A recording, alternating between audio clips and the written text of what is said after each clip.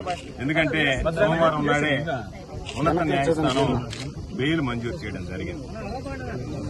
సోమవారం మధ్యాహ్నానికల్లా హైకోర్టు మంజూరు చేసినటువంటి బెయిల్ నెట్లో కూడా రావడం జరిగింది. సాధారణంగా ముందు రోజు హైకోర్టు బెయిల్ ఇస్తే తెల్లవారి ఆ బెయిల్ ఉత్తర్వులు రావడంలో హైకోర్టు నుంచి జాప్యం అయితే తప్ప లేకపోతే ఖచ్చితంగా బెయిల్ వచ్చి ఉండాలి. మరి కారణాలేమో నాకు తెలియదు, నేను జైల్లో ఉన్నాను కాబట్టి. నిన్న సాయంకాలం విడుదల వాయిదా పడింది. అయితే నిన్న పాపం నా కోసం జనం వచ్చారు, ఈరోజు కూడా అదే జనం మరలా రావడం జరిగింది. నాకున్నటువంటి ఆస్తి ఈ జిల్లా ప్రజలు, ప్రత్యేకించి సర్వేపల్లి నియోజకవర్గానికి సంబంధించినటువంటి కుటుంబాలు, వన్నె తరగనటువంటి వాళ్ల ప్రేమాభిమానాలు. ఈరోజు ఈ కేసును గురించి ఎక్కడా మాట్లాడకూడదు అనేటువంటిది హైకోర్టు విధించినటువంటి నిబంధన, షరతు. కాబట్టి ఆ షరతులకు లోబడి ఈరోజు ఈ హైకోర్టు మంజూరు చేసినటువంటి బెయిల్ విషయంలో నేను ఏది కూడా వ్యాఖ్యానించదలుచుకోలేదు. అయితే బహుశా నెల్లూరు జిల్లాకు సంబంధించి 2 సార్లు శాసనసభ్యుడిగా, ఒకసారి జిల్లా పరిషత్ చైర్మన్ గా, ఒకసారి మంత్రిగా పనిచేసినటువంటి వ్యక్తిని ఇన్ని రోజులు జైల్లో పెట్టడం అనేటువంటిది ఇది ప్రథమంగా జరిగింది. అంటే ఎక్కడ లేనటువంటి సాంప్రదాయాలని ఈరోజు కూటమి ప్రభుత్వం పరిచయం చేస్తుంది. అయితే ఈరోజు ఒక్కసారి ఆలోచన చేస్తే ఎంత బాధాకరమైనటువంటి విషయం అంటే, నాకు నవ్వాలనో ఏడవాలనో తెలియనటువంటి దుస్థితి. 6 కేసులు నా మీద సోషల్ మీడియాలో పెట్టారు. నేను అధికారంలో ఉన్నప్పుడు, మంత్రిగా ఉన్నప్పుడు నా మీద చేసినటువంటి విమర్శల మీద ఒక్కసారి కూడా నేను సోషల్ మీడియాలో కేసు పెట్టించినటువంటి దాఖలాలు లేవు. 6 కేసులు పెట్టారు. ఆ తర్వాత మరలా ఈరోజు హైకోర్టు మంజూరు చేసినటువంటి ఈ కేసు పెట్టారు. దాని మీద 7 పీటీ వారెంట్లు వేశారు. 7 పీటీ వారెంట్లు ఎంత నవ్వొచ్చాయంటే, ఎప్పుడో ఎన్నికల కమిషన్ టైంలో జరిగినటువంటి లిక్కర్ కేసు. ఆ రోజు మా ప్రభుత్వం అధికారంలో లేదు. ఆ కేసు రిజిస్టర్ అయింది. కూటమి ప్రభుత్వం అధికారంలోకి వచ్చింది. ఆ రోజు కూటమి ప్రభుత్వంలో పనిచేసేటువంటి అధికారులే దాని మీద విచారణ జరిపి ఛార్జ్షీట్ ఫైల్ చేయడం జరిగింది. 1 సంవత్సరం తర్వాత మరలా ఛార్జ్షీట్ రీఓపెన్ చేయాలి, ఎంక్వైరీ చేయాలని చెప్పి ఓపెన్ చేసి, ఎవరో ఒక వ్యక్తి, ఎంత హాస్యాస్పదం అంటే, నేను ఎన్నికల్లో వెళ్లినప్పుడు ప్రచారంలో మీ అందరికీ లిక్కర్ పంచుతాను, ఓట్లు వేయండి అని చెప్పానంట. దాని మీద ఒక వ్యక్తి మమ్మల్ని ప్రశ్నించాడంట, సార్ ఓట్లు అడగడం ధర్మమా, లెక్కరిస్తామని. దాని మీద మేము దాడి చేశామంటే ఎక్కడ పత్రికల్లో, మీడియాలో ఎక్కడ రాలే. అది దాని గురించి చెప్పి ఒక కేసు. అదే పందాలో పంటపాలెంలో జరిగినటువంటి దాంట్లో అదే విధంగా సేమ్ మ్యాటర్ మీద ఒక కేసు.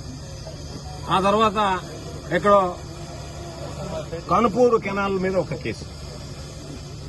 సర్వేపల్లి రిజర్వాయర్ మీద కేసు ఏంటో తెలుసా? సర్వేపల్లి రిజర్వాయర్ లో ఉండేటువంటి మట్టిని బాంబులు పెట్టి పేల్చామని. ఎక్కడ వినలే. మ్యాజిస్ట్రేట్ రిమాండ్ రిజెక్ట్ చేశాడు దాంట్లో. అంటే బాంబులు పెట్టి పేల్చారా, బాంబులు పెట్టి పేల్చినట్టుగా మీ కంప్లైంట్ లో ఎక్కడ లేనటువంటి కంప్లైంట్ ఇక్కడ ఎట్లా వచ్చిందని చెప్పి మాట్లాడారు. కాబట్టి రకరకాలైనటువంటి కేసులు, విచిత్రమైనటువంటి కేసులు పెట్టడం జరిగింది. ఏది ఏమైనా మా నాయకుడు వైఎస్ జగన్మోహన్ రెడ్డి గారు, ఆయన పాపం మేము కానీ, మాకు సంబంధించినటువంటి నాయకులు, కార్యకర్తలు, కుటుంబ సభ్యులు లాంటి ఈ జిల్లా ప్రజలు కష్టకాలంలో ఉన్నప్పుడు, ఆందోళనలో ఉన్నప్పుడు, ఆయన కనీసం నెల్లూరుకు రావడానికి కూడా నియమ నిబంధనలు పెట్టి నియంత్రించేటువంటి పరిస్థితి వచ్చినప్పుడు వాటన్నిటినీ లెక్క చేయకుండా, లక్ష్య పెట్టకుండా, ఎన్ని రకాలైనటువంటి అవమానాలు వచ్చినా, ఎన్ని రకాలైనటువంటి ఇబ్బందులు వచ్చినా సరే వాటన్నిటిని అధిగమించి నా అనుకున్నటువంటి వాడికి నేను అండగా నిలవాలనేటువంటి లక్ష్యంతో ఈరోజు నెల్లూరుకు రావడం. నాతో పాటు ఎన్నడూ జరగలేదు ఒక మాజీ మంత్రి ఇంటి మీద దాడి. ఇది దౌర్భాగ్యకరమైనటువంటి విషయం. అన్ని విషయాలు కూడా రాబోయే రోజుల్లో మాట్లాడదాం. ప్రసన్న ఇంటి మీద దాడి చేసి మరలా ఆయన మీదనే కేసు పెట్టి ఆయనకు సంబంధించినటువంటి వ్యక్తులు కూడా ఈరోజు జైలు పాలు చేయడం జరిగింది.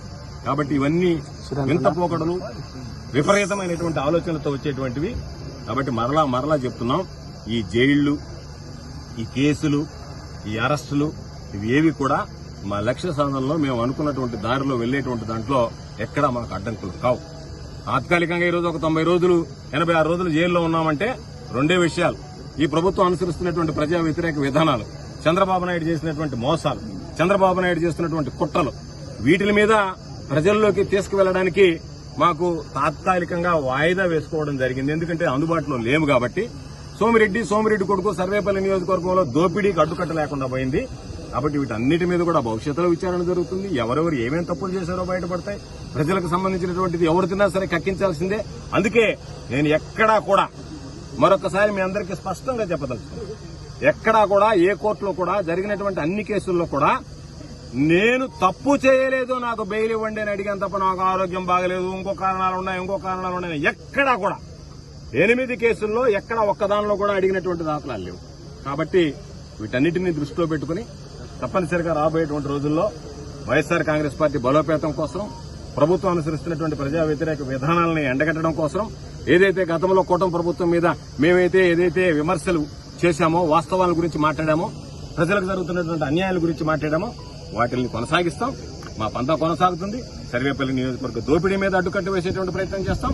కాబట్టి ఎక్కడా కూడా అలుపెరగనటువంటి పోరాటం చేస్తాం తప్ప ఏదో కేసులు పెడితే మరలా భయపడి గమ్మైపోతాయేమో, మరలా కొత్త కేసులు పెడతారేమో అనేటువంటి ఆలోచన లేదు. నేను అనుకున్నా నిన్న నాది వాయిదా పడింది అంటే బహుశా మరలా కొత్త కేసు ఏదన్నా సృష్టించడానికి మరలా ఏదన్నా ప్రయత్నం జరిగిందేమో, అందులో భాగంగా బెయిల్ వచ్చింది కాబట్టి మరలా ఏదన్నా ఒక ఎఫ్ఐఆర్ కట్టి పొద్దున్న పీటీ వారెంట్ ఎత్తుకుని వస్తారేమో అని చెప్పి అధికారులు వచ్చి సార్ మీరు విడుదలయ్యారన్నంత వరకు నేను రెడీ కూడా కాలేదు, గమ్ముగా కూర్చొని ఏమైనా కేసు వచ్చిందేమో చూద్దామని చెప్పారు. అధికారులు చెప్పారు సార్ మీకు టైం అయింది, రిలీజ్ అయ్యవచ్చు, రిలీజ్ అయ్యే టైం అయిందన్న తర్వాత బయలుదేరి వచ్చారు. కాబట్టి వాటికి ఏం భయపడేటువంటి పరిస్థితి ఉండదు. మానసికంగా సిద్ధంగా ఉన్నాను, ఆరోగ్యంగా ఉన్నాను, ధైర్యంగా పోరాడుతాను తప్ప ఎక్కడ కూడా మరొకటి చేసేటువంటి వెనకడిగేసేటువంటి ఉండదు. ఏదేమైనా కష్టకాలంలో మాతో ఉన్నటువంటి మా నియోజకవర్గాల ఇన్ఛార్జీలు కానీ, ఉన్నటువంటి స్థానికంగా ఉండేటువంటి మా ప్రజాప్రతినిధులు కానీ, మరీ ముఖ్యంగా ప్రజలు, వైఎస్ఆర్ కాంగ్రెస్ పార్టీ నాయకులు, కార్యకర్తలు వీళ్ళందరూ కూడా బాధేసింది. ఎందుకంటే అరెస్ట్ అయిన రోజు ఒక కుటుంబం చాలా మంది చెప్పారు పాపం, అయ్యా మేము భోజనం చేయలేకపోయామని చెప్పి బాధపడ్డారు. కాబట్టి వాటన్నిటినీ కూడా ఈరోజు అధిగమించి ఈరోజు నేను బయటకు వచ్చా. తప్పనిసరిగా నన్ను నేను కాపాడుకోవడంతో పాటు మాకున్నటువంటి కార్యకర్తలను కూడా ఎన్నిసార్లు జైలుకి పంపించినా సరే పాపం జైలు చూస్తే అందరూ వైఎస్ఆర్ కాంగ్రెస్ పార్టీ వాళ్ళు అంటున్నారు పాపం, అయ్యో వచ్చేదాకా భయం వేసింది, వచ్చిన తర్వాత ఏం ఇబ్బంది లేదు, మా వాళ్ళకు కూడా పోయి చెప్తాం ధైర్యంగా పోరాడండి రా నాయన, దేనికైనా సరే సిద్ధంగా ఉండండి, జైలుకి లెక్క చేయకండి, జైలు అనేటువంటి లెక్కే లేదనేటువంటి మాట మాట్లాడతాం. కాబట్టి మేము వీటిని లెక్క చేసేటువంటి పరిస్థితి ఉండదని చెప్పారు. చంద్రబాబు పుణ్యాన్ని వైఎస్ఆర్ కాంగ్రెస్ పార్టీలకి మనోధైర్యం కలిగించేటువంటి పరిస్థితి ఏర్పడింది. కాబట్టి తప్పనిసరిగా ఇదే పందాల కొనసాగుతాం. ప్రభుత్వ వ్యతిరేక విధానాలను ప్రజల్లోకి తీసుకువెళ్తాం. ఖచ్చితంగా ఈ నియోజకవర్గంలో జరుగుతున్నటువంటి సోమిరెడ్డి కొడుకుల దోపిడీని అడ్డుకుంటాం. అంతే తప్ప ఎక్కడా కూడా మడమ తిప్పినటువంటి అలుపెరగినటువంటి పోరాటం చేస్తానని చెప్పి ఈ సందర్భంగా మీడియా మిత్రులందరికీ తెలియజేస్తే మీతో కూడా గ్యాప్ వచ్చింది.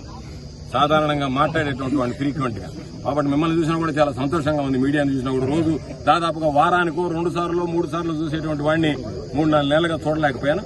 కాబట్టి తప్పనిసరిగా మరొకసారి ఈరోజు నా విడుదల సందర్భంగా విచ్చేసినటువంటి ప్రతి ఒక్కరికి, స్థానికంగా ఉన్నటువంటి మా శాసన మండలి సభ్యులు, జిల్లా పరిషత్ చైర్పర్సన్ గారు, నియోజకవర్గాలకు సంబంధించినటువంటి ఇన్ఛార్జీలు, మాజీ శాసనసభ్యులు అందరూ, నేను లేనటువంటి లోటు తీర్చినటువంటి నా బిడ్డ అందరికీ పేరు పేరున హృదయపూర్వకమైనటువంటి ధన్యవాదాలు తెలియజేస్తున్నాను.